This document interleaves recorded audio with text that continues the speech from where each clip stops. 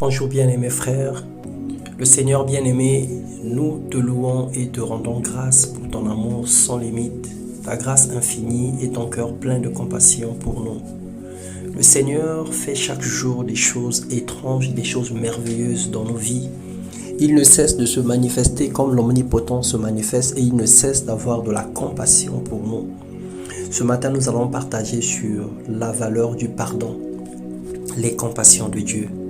Dans Éphésiens, le chapitre 2, les versets 1 à 5, il est écrit « Vous étiez morts par vos offenses et par vos péchés, dans lesquels vous marchiez autrefois selon le train de ce monde, selon le prince de la puissance de l'air, de l'esprit qui agit maintenant dans les fils de la rébellion.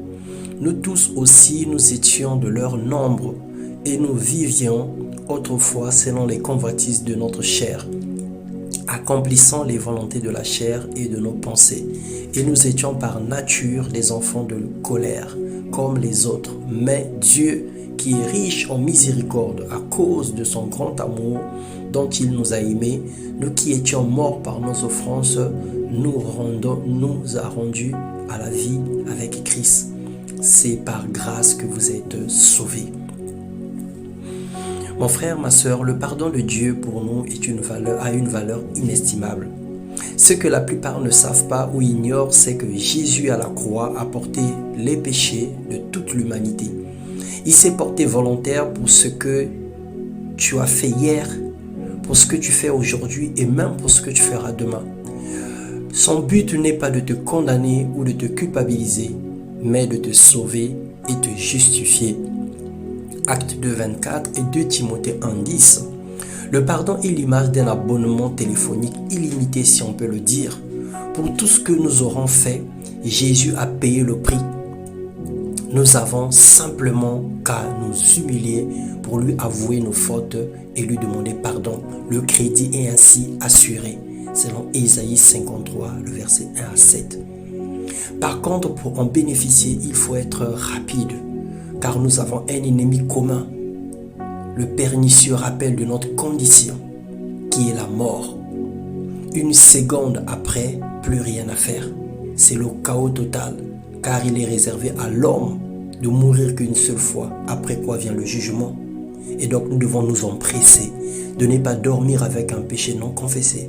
Nous devons nous empresser à chercher la grâce de Dieu tous les jours, à chercher le pardon de Dieu, à chercher à être transformé, à chercher à être pardonné. Dans Marc 3, le verset 28, il est écrit « Je vous le dis en vérité, tous les péchés seront pardonnés aux fils des hommes et le blasphème qu'ils auront proféré. » Donc le Seigneur a promis qu'il nous pardonnera tous les péchés que nous aurons commis. Nous savons que le métier du Seigneur Jésus-Christ, c'est pardonner, c'est aimer, c'est faire du bien. Alors humilie-toi mon frère ce jour pour demander grâce sur ta vie. Nous avons la ferme conviction qu'avec lui nous vaincrons.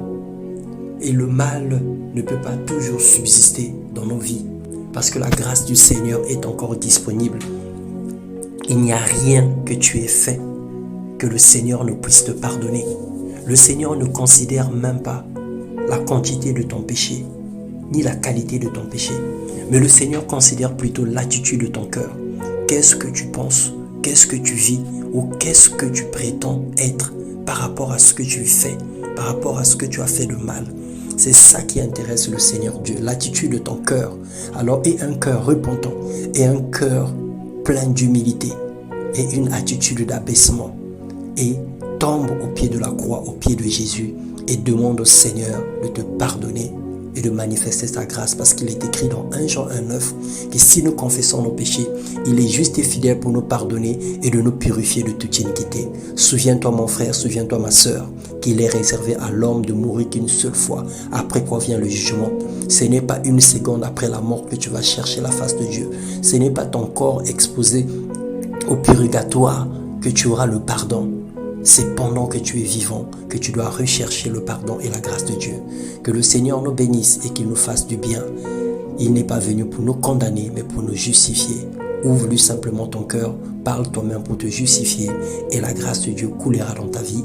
Dans le nom puissant de Jésus, une fois de plus encore, excellent mardi de grâce. Soyez abondamment bénis. Amen.